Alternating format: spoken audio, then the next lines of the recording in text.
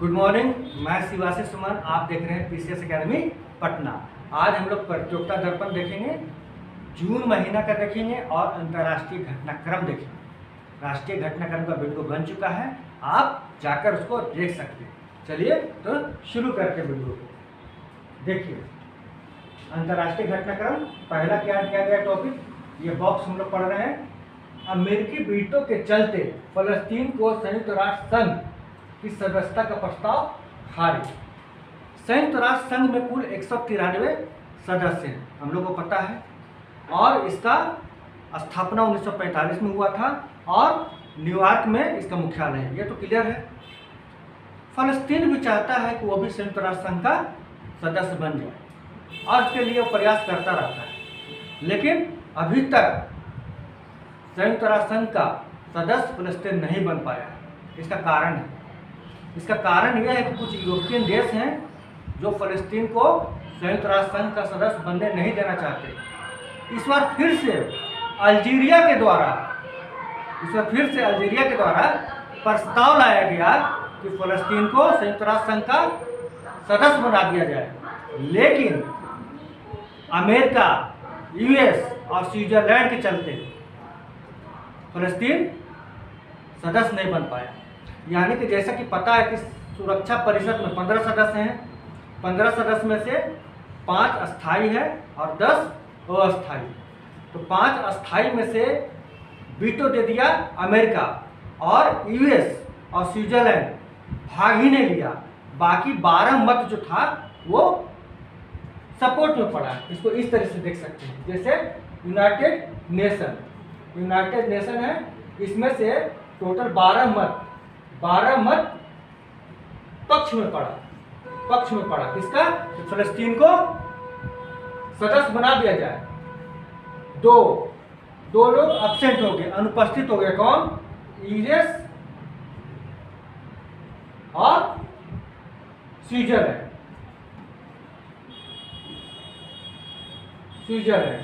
अनुपस्थित हो गया। और वीटो कौन कर दिया? वीटो कर दिया अमेरिका। यानी 12 मत पड़ने के बावजूद भी फलस्तीन संयुक्त राष्ट्र संघ का सदस्य नहीं बन पाया। क्यों नहीं बन पाया? क्योंकि 12 को सपोर्ट कर दिया, 2 मतदान के समय अनुपस्थित हो गया और अमेरिका कर दिया विरोध में कि हमको नहीं चाहिए कि फलस्तीन संयुक्त राष्ट्र संघ का सदस्य बने, अभी समय नहीं आया है। तो इसके कारण क्या हुआ? सदस्य नहीं बन पाया, उसको हटा देते। क्लियर? यहाँ तक तो बात क्लियर। तो संयुक्त राष्ट्र संघ ने फलस्तीन को 2012 में गैर सदस्य पर्यवेक्षक का दर्जा दिया। ये 2012 से है। यानी कि फलस्तीन संयुक्त राष्ट्र संघ के कार्यक्रम में भाग तो ले सकता है, लेकिन उसमें वोटिंग नहीं कर सकता है। और यही दर्जा वेटिकन सिटी को भी दिया गया है। वेटिकन सिटी यानी कि प्रश्न यहाँ से पूछेगा कि इस फलस्तीन को कैसा दर्जा मिला गया है, तो गैर सदस्यीय पर्यवेक्षक का दर्जा मिला गया है ना। और वैसे ही दर्जा वेटिकन सिटी को भी मिला है। तो पूरा का पूरा निचोड़ आपको हम समझा दिए। अब आप पढ़ेंगे, कुछ अंडरलाइन कर दिए हैं जो इम्पोर्टेंट पॉइंट है, आप आराम से बात को समझ जाएगा। इसको देख सकते हैं, जैसे हम लोग वेटिकन सिटी का नाम लिए तो मैप पर देखेंगे कि वेटिकन सिटी है कहाँ। तो वेटिकन सिटी देखिए कहाँ पर है, इटली के पास देखिए यहाँ पर है। यहाँ पर कौन है? तो वेटिकन सिटी है। ठीक है। और हम लोग किसका नाम ले रहे थे? अभी फलस्तीन का नाम लेते। देखिए फलस्तीन कंप्लीटली ये सब क्या है? ये सब फलस्तीन का मैप है। ये हो गया आपका इजराइल के बीच में फलस्तीन, इधर गाजा पट्टी, ये अभी तो चर्चा में बना हुआ है। तो मैप पर भी हम लोग को क्या करना है?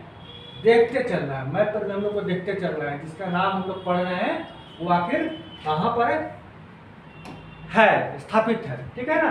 तो इस तरह से हम लोग समझ गए बात को। क्लियर? आगे बढ़ते हैं। चलिए, ईरान व इजराइल के बीच बढ़ रहे तनाव से एक और युद्ध की आहट। जैसा कि हम लोग को पता है कि ईरान और इजराइल में युद्ध होने की आशंका बढ़ती जा रही है, तनाव बढ़ता जा रहा है। इसका मुख्य वजह है कि ईरान फ़लस्तीन को सपोर्ट करता है, इजराइल के विरोध में कार्रवाई करता है, इजराइल के विरुद्ध में जितने भी उग्रवादी संगठन है उसको फंडिंग करता है, इसलिए इजराइल ईरान को अपना दुश्मन मानता है।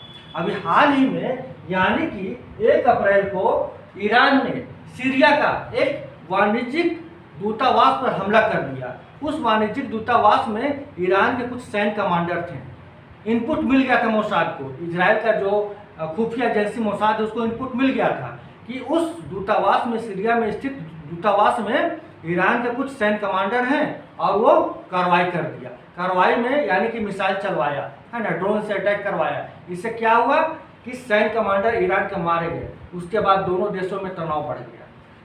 1 अप्रैल को ये कार्रवाई इजराइल किया। 13 अप्रैल को देखिए, 13 अप्रैल को ईरान क्या किया, इजराइल पर अटैक कर दिया, वो भी मिसाइल से हमला कर दिया। इसका बदला लेने के लिए फिर इजराइल क्या किया, तो 17 अप्रैल को ईरान पर हमला कर दिया, ईरान के पास हमला किया, ठीक है ना। तो ये ईरान और इजराइल के बीच में तनाव लगातार बढ़ता जा रहा है। क्लियर। इसका नुकसान भारत को उठाना पड़ रहा है क्योंकि ईरान के पास जो हॉर्मुज का खाड़ी है ना, हॉर्मुज जो है, देखिए इसको दिखाते कहाँ पर है, देखिए state of Hormuz, state of Hormuz जो है यहाँ पर है, यहाँ पर है स्टेट ऑफ हॉर्मुज।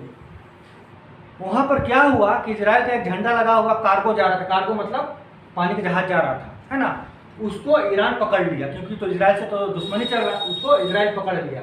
लेकिन उस कार्गो में भारत के भी कुछ लोग शामिल थे, तो भारत फिर इससे बात करके, ईरान से बात करके उसको छुड़वाया। और ये जगह जो बहुत इंपॉर्टेंट है वाणिज्य के लिए, वो बहुत ही डिस्टर्ब हो गया है। और ये लाल सागर वो एरिया भी बहुत ही डिस्टर्ब हो गया। इसका प्रभाव भारत पर भी पड़ रहा है ना, इसका प्रभाव भारत पर भी पड़ रहा है। तो इस तरह से हम लोग देख सकते हैं, इस तरह से हम लोग देख सकते हैं। बस इसमें यही था, है ना। आगे देखते हैं, ये तो क्लियर हो गया, कोई दिक्कत नहीं इसमें। आगे देखते हैं, संयुक्त राष्ट्र आर्थिक सामाजिक परिषद के विभिन्न सहायक निकायों के चुनाव में भारत की सफलता। देखिए संयुक्त राष्ट्र संघ जो है ना, उसमें 6 महत्वपूर्ण निकाय हैं, 6 महत्वपूर्ण निकाय हैं। देखिए होता क्या है, इसमें 6 निकाय का नाम आपको हम बता दे रहे हैं। जैसे यूनाइटेड नेशन है, संयुक्त राष्ट्र संघ है। तो आपको पता है कि महासभा होता है, महासभा इसी का पार्ट है। दूसरा पार्ट कौन है बताइए, सुरक्षा परिषद, सुरक्षा परिषद। तीसरा पार्ट कौन है,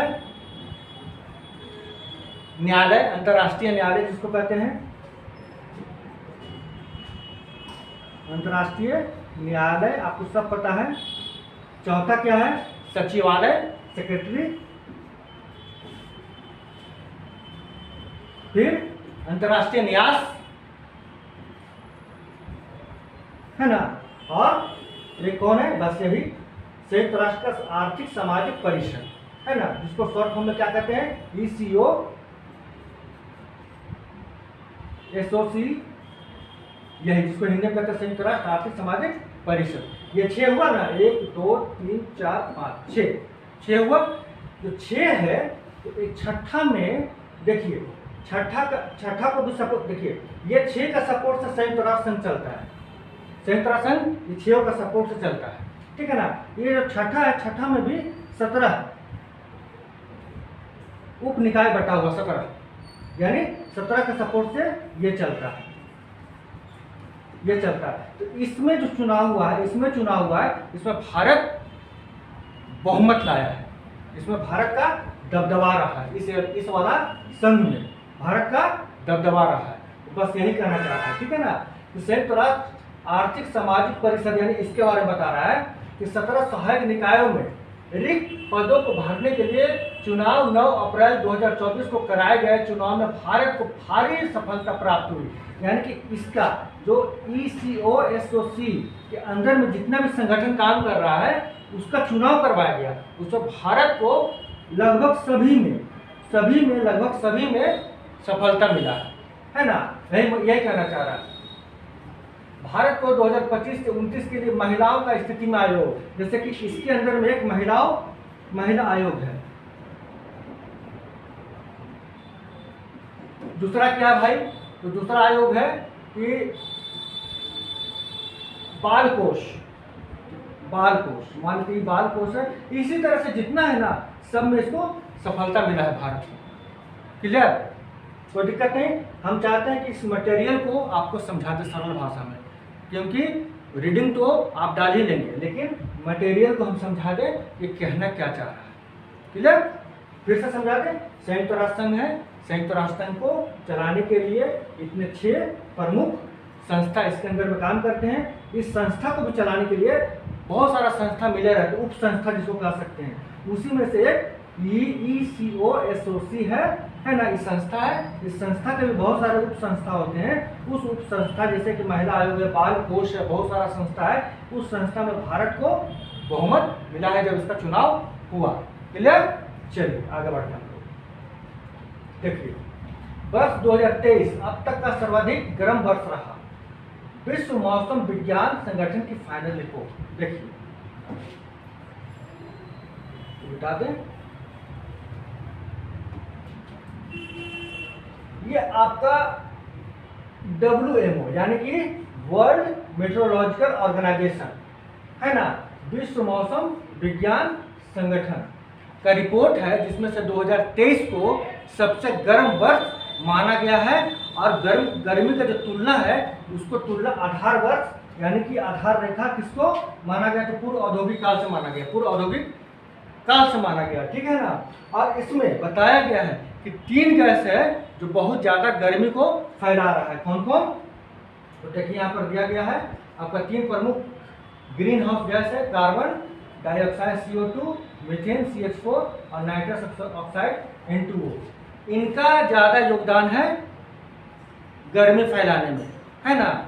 और इनको फैलाने में ज्यादा योगदान है हम लोगों का, यानी अल्टीमेटली दोषी हम लोग हैं। हम लोग क्या करते हैं, इन सब को फैलाते हैं, और ये सब क्या करता है, गर्मी फैलाता है, गर्मी बढ़ाता है।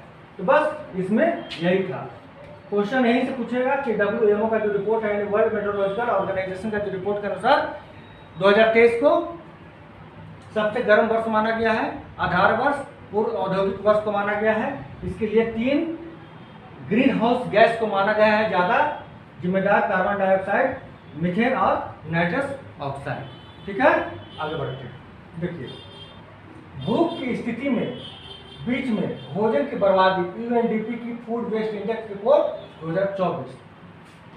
एक तरफ तो भूख की स्थिति बने हुई है ना, हंगर इंडेक्स भी लगातार बढ़ता ही जाता है, लेकिन उसके बीच में भी खाना का बर्बादी भी होता रहता है। तो फूड वेस्ट इंडेक्स 2024 यानी कि कितना फूड वेस्ट यानी कि खाना का बर्बादी कितना हो रहा है 2024 में, ये UNDP का एक रिपोर्ट सामने आया है। उस रिपोर्ट के अनुसार देखा जाए, देखिए यहाँ पर है, रिपोर्ट का नाम है फूड वेस्ट इंडेक्स रिपोर्ट। शीर्षक के अनुसार शीर्षक दिया गया है, और यह शून्य बर्बादी के अंतर्राष्ट्रीय दिवस के रूप में दिया गया है। यानी जो रिपोर्ट आया है, उस रिपोर्ट का नाम है फूड वेस्ट इंडेक्स रिपोर्ट, है ना, उसका शीर्षक दिया गया है। और यह रिपोर्ट क्या, शून्य बर्बादी से अंतर्राष्ट्रीय दिवस के रूप में देखा गया। इसमें मुख्य बातें को हम लोग चर्चा करेंगे। मुख्य बातें देखते हैं हम लोग क्या है कि भोजन की बर्बादी शहर की तुलना में गांव में कम, यानी गांव में भोजन की बर्बादी कम होती है, शहरों में भोजन की बर्बादी अधिक होती है। यह UNDP का रिपोर्ट है, UNDP का रिपोर्ट है 2024 में। ठीक है ना। इसके तहत मालदीव जो है वो सबसे अधिक भोजन बर्बाद करने में है, यानी 207 किलोग्राम भोजन बर्बाद करता है प्रति व्यक्ति प्रति साल।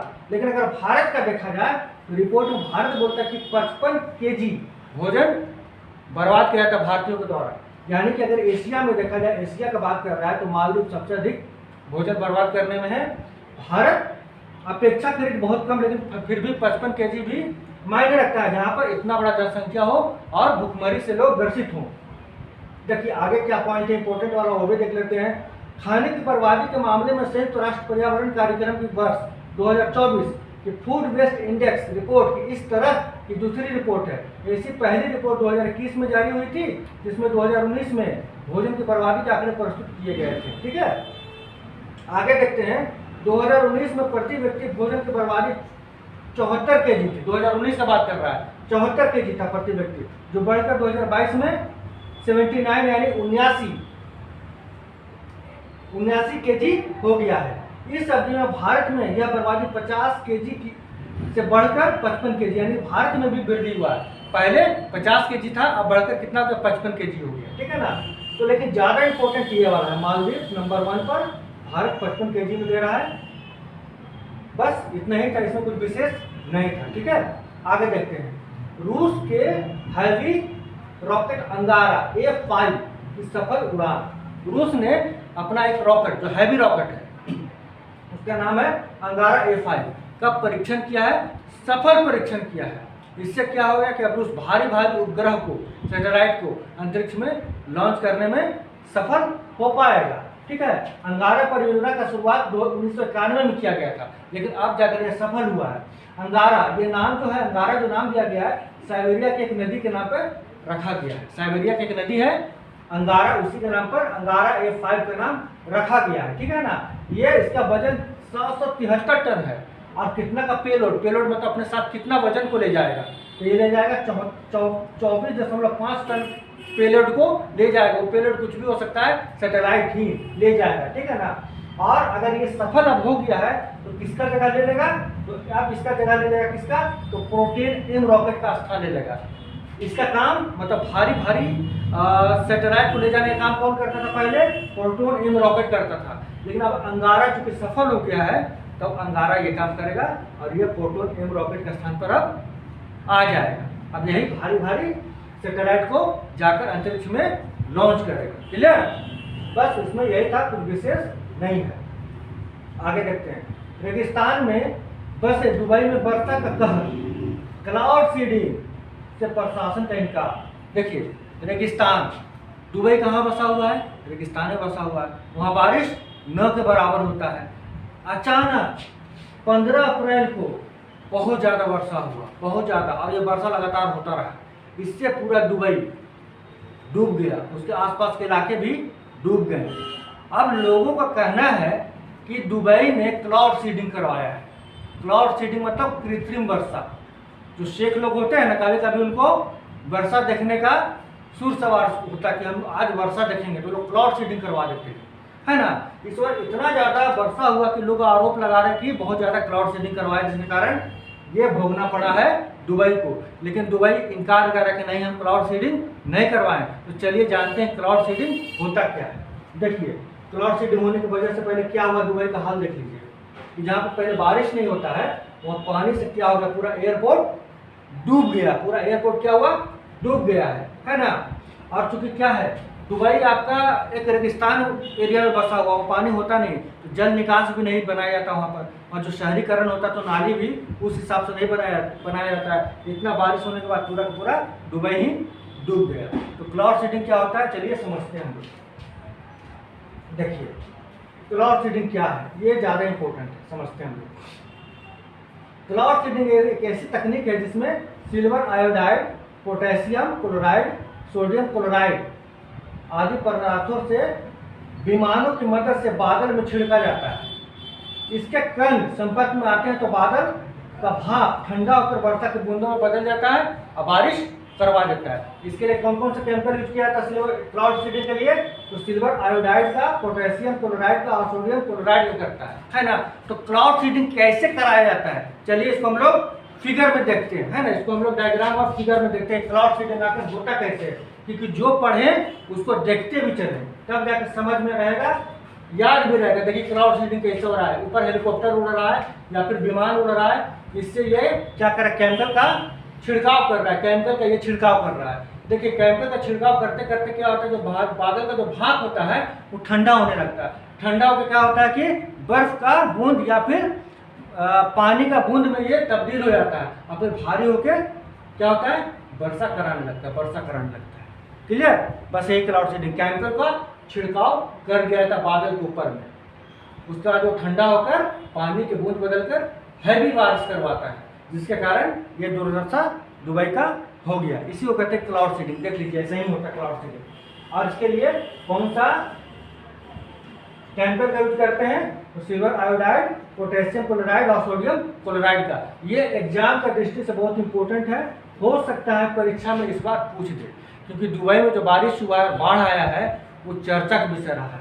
तो क्लाउड सीडिंग क्या है और उसमें कौन कौन सा केमिकल का प्रयोग होता है, हो सकता है ये परीक्षा में निश्चित रूप से पूछ दे। क्लियर? आगे देखें, आगे नहीं, ये कंप्लीट हो चुका है। एक ये है पेरिस ओलंपिक खेलों का शुभारंभ 100 दिन पूर्व Olympic flame lighting ceremony Olympia से संपन्न। देखिए, ओलंपिक खेल जब शुरू होता है, जिस दिन शुरू होता है उस दिन पहले, उससे 100 दिन पहले एक ओलंपिक फ्लेम यानी जो मशाल होता है उसको जलाया जाता है। उसको कैसे जलाया जाता है, तो उसका एक सेरेमनी होता है, एक समारोह होता है, जिसमें सूरज का किरण से उस फ्लेम को जलाया जाता है। लेकिन कभी कभी सूरज का किरण नहीं पहुंच पाता, यानी बादल वगैरह हो गया, तो क्या होता है, कुछ कृत्रिम तरीका से, कुछ वैकल्पिक तरीका से उसका फिल्म को जलाया जाता है। फिर वो फिल्म क्या होगा, यात्रा करते हुए, घूमते फिरते हुए वहाँ पर पहुँचेगा जहाँ पर ओलंपिक होना है। इस बार ओलंपिक कहाँ पर होगा, पेरिस में होगा, है ना, पेरिस में इस बार ओलंपिक होगा। देखिए, इस बार ओलंपिक कहाँ होगा, तो पेरिस में होगा। और जो फ्लेम जलाया जाता है, कहाँ पर फ्लेम जलाया जाता है, ये जलाया जाता है आपका ओलंपिया में, ओलंपिया, ग्रीक ओलंपिया में जलाया जाता है। ठीक है ना, तो बस वही बात है, इसमें कुछ है नहीं। इस बार ग्रीष्मकालीन ओलंपिक होगा। बहुत लोगों को ग्रीष्मकालीन ओलंपिक और शीतकालीन ओलंपिक में कंफ्यूजन हो जाता है ना। तो देखिए, याद रखिएगा, जो इस बार अभी होगा ना ग्रीष्मकालीन होगा। तो ग्रीष्मकालीन क्या होता है, जो लीप वर्ष होता है ना, लीप वर्ष क्या होता है, जैसे 2016, 4 साल आज जोड़िए 2020, 4 साल और जोड़िए 2024, इस साल 4 साल और जोड़िए 2028, ये लीप वर्ष है। लीप वर्ष में हमेशा क्या होता है, ग्रीष्मकालीन ओलंपिक होता है। ठीक है ना, ग्रीष्मकालीन ओलंपिक होता है। और लीप वर्ष से ठीक 2 साल बाद शीतकालीन होगा। लीप वर्ष क्या होता है, पता है आपको, कि जिस वर्ष फरवरी में 29 तारीख आएगा, यानी 365 डे की जगह पर 366 डे हो जाएगा, तो लीप वर्ष कहलाएगा। ठीक है ना, यानी कि 2024 इस बार है, लीप वर्ष है, तो ग्रीष्मकालीन ओलंपिक होगा। फरवरी महीना कितना का होगा, 29 दिन का होगा। और तब शीतकालीन कब होगा, इसका 2 साल बाद, 2 साल जोड़ दीजिए आगे, क्या हो जाएगा, 2 साल जोड़ देंगे तो 2026 में शीतकालीन ओलंपिक होगा। अभी इस बार पेरिस में हो रहा है, पेरिस में हो रहा है ना। और 2020 में कहाँ हुआ था, तो टोक्यो में, याद है ना, टोक्यो में ओलंपिक हुआ। बस, और कुछ विशेष नहीं है, परीक्षा की दृष्टि से इतना ही इम्पोर्टेंट था। इसी तरीका से पढ़ना है कि मेन बातों को जान जाना है, बाकी सब को छोड़ देना है, ताकि फटाफट मैगजीन कंप्लीट हो जाए। परीक्षा के लिए जो ज़्यादा उपयोगी है वह उसी पर नज़र बनाना है ना, इससे टाइम का बचत होगा। देखिए, इतना कम समय में हम लोग पूरा का पूरा अंतर्राष्ट्रीय कवर कर लिए, नहीं तो इस मैगजीन को कंप्लीट करने में महीना भी नहीं लगता है ना। महीना मतलब कि महीना भर मैगजीन रखा जाएगा, रह जाएगा, कोई इसको कंप्लीट नहीं करेगा। लेकिन ये आधा घंटा में कंप्लीट हो गया, बस पढ़ने का तरीका चाहिए। ठीक है, तो आज के लिए बस इतना ही, हम लोग फिर मिलेंगे अगले क्लास में। तब तक के लिए नमस्कार।